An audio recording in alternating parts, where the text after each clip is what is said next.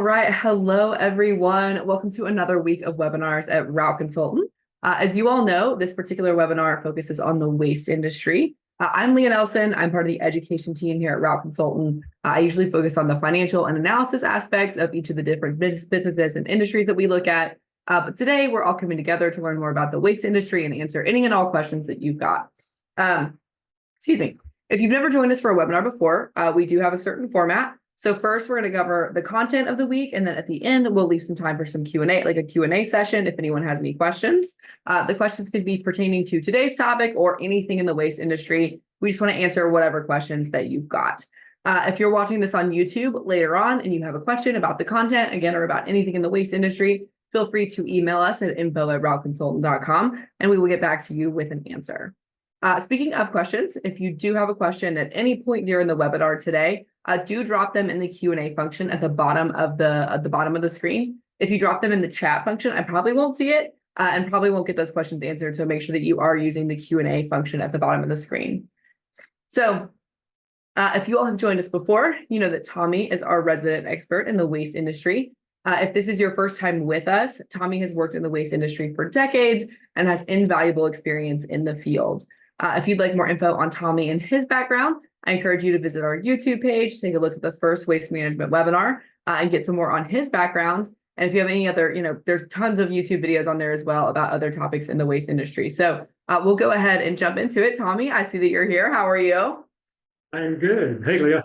Hey, all right, awesome. Well, today our topic is going to be licenses and permits. So we'll just go ahead and jump into it. So as far as licenses and permits go, Tommy, what types of licenses and permits do you need to get started in the waste industry? Does it vary per line of business, or are they kind of similar across the board?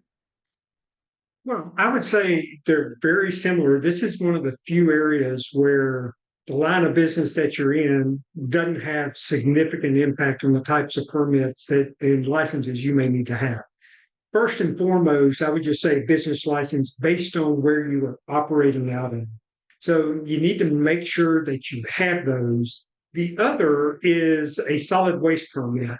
They may be called a little different, but most of those are generated by a county or a municipality. And much of that is determined by where you're going to dump your waste. So you may need one for where you're located and where your customers are. You may also need one to wherever you dump your waste if it's not in the same geography, county, boundary, things of that sort. Got it. And as far as finding out what those requirements are, how do you go about doing that? Do you, just Google it, I suppose? Yeah, the best thing I would tell you, the way to start is to go to your county. And, most of the solid waste aspects are in the public works sector within the county government. And go there and ask them, about getting a solid waste transportation permit. I would tell you to make sure you're very specific on the transportation side, because it's very different if you start getting into transfer stations and landfills, because basically all states require certain permits just when you start that process and to keep it on the disposal options. But there are a few states that may require something from the state level on transportation, but most do not. It's pretty much a local determination. Got it. Yeah. So that's, easy enough. Solid waste permit. And then you said a business permit as well. So that sounds pretty simple as far as getting started goes. I know, is there anything specific, like for residential neighborhoods or anything specific for any of the other lines of businesses that you may not see besides that solid waste permit? Yeah. A couple of things I would tell you is as we look at residential specifically, some neighborhoods may require you, the homeowners association may require you to have a permit to run your trucks on their streets. So that's something you need to be aware of. It is more common, I would say, in gated communities than just, a subdivision that is placed somewhere. The other thing with residential is if you have a municipal contract, that is in an area that is not where you have your business license, they will probably require you to have a business license because they want to make sure there is a business license for whoever they've contracted. That makes sense. Yeah. So that's, yeah, as far as municipals go, a business license in that area. And by business license, how would you go about getting one of those? Yeah, again, most of those you go, if you're located within the city limits, you would Hmm. go to the city to get that Same. Okay. business license. If you're in an unincorporated area, you would go to the county. Got it. And then of course you've got to make sure based on how you establish your business, whether it's a just a sole proprietorship, an LLC, what S corporation, C corp, however you may do that, that you also get everything set up with the state because they're all going to have that because again they're going to make sure that you are set up so that you can pay whatever state fees are associated with having a business in that state. That's going to happen. Of course, of course. So, say you've got kind of commercial, you're running a commercial line of business. The businesses that you work with and industrial too, are they going to check your credentials before signing a contract with you? Are they going to check if you have your solid waste permit, your all those types of things? Very few will check. Yeah. But you may have to have it to be able to get into the disposal side. So, although the businesses may not check, that's very possible. But you could have, especially for on the commercial side, I've run into this before, where typically you're not just in one city, one town where you're doing that. And I have had more on on the commercial and industrial side when you have containers and are doing service in those cities that they may require you to have that. It just, it just depends. But I've had that before where gone in servicing and somebody, with the city saw one of my trucks and they went back and checked and I didn't have a business license for that particular city and ended up with a phone call. Hey, you're operating in our city without a business license. But again, that's not always the case, but it could be.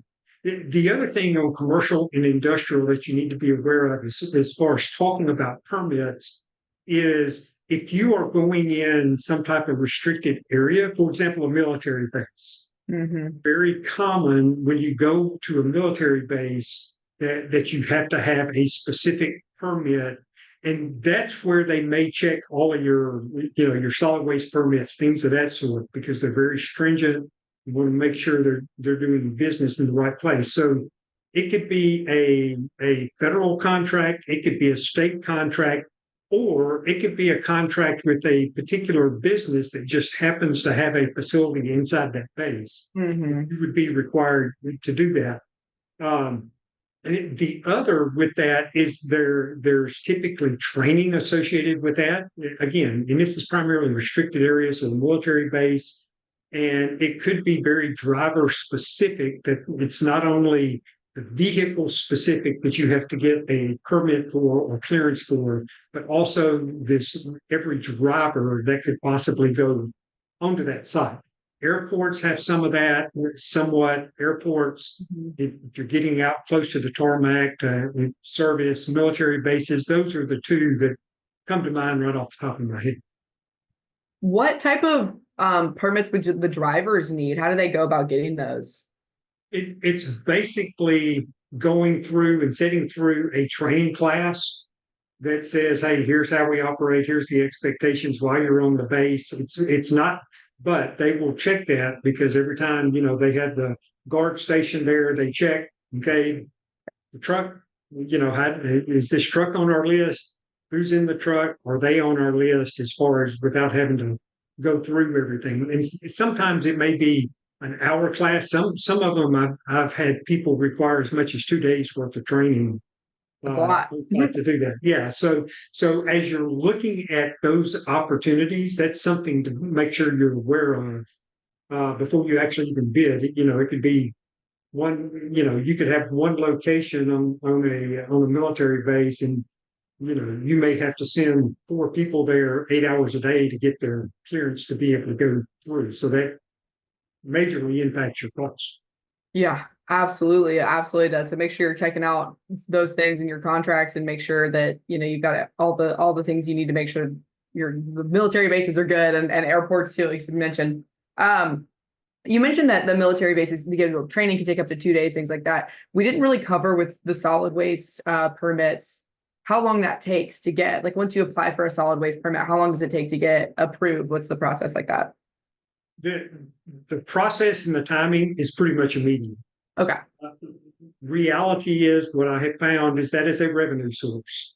Mm. That's basically what it is. They're going to ask you for information. There is where they may check for your business license. Uh, and then permits also, depending on where they're at, they could be for the company as a whole, or it could be individual by truck. Mhm. So it could be, this particular permit number is for ABC Waste Company and truck number, this particular truck number. So depending it, and they're very, I mean, it's very local as to how those are determined. So you just need to be prepared for that. Most of the time it's filling out an application, you pay your fee, they're going to hand you however many permits that you got to, that you've asked for and approved and paid the fee. That makes sense. Is there like an average cost to that? Are they relatively inexpensive? Are they expensive? No, most of them are inexpensive. I've had them as low as $25 up to like $50 a truck. So they're not terribly expensive in most places. It's just a thing to get to make sure you don't get stuck at a disposal site, and you can't dump your waste. So just Yeah. make sure you check on what the requirements are, and not every place requires them. If you're in an extreme rural area, they may not.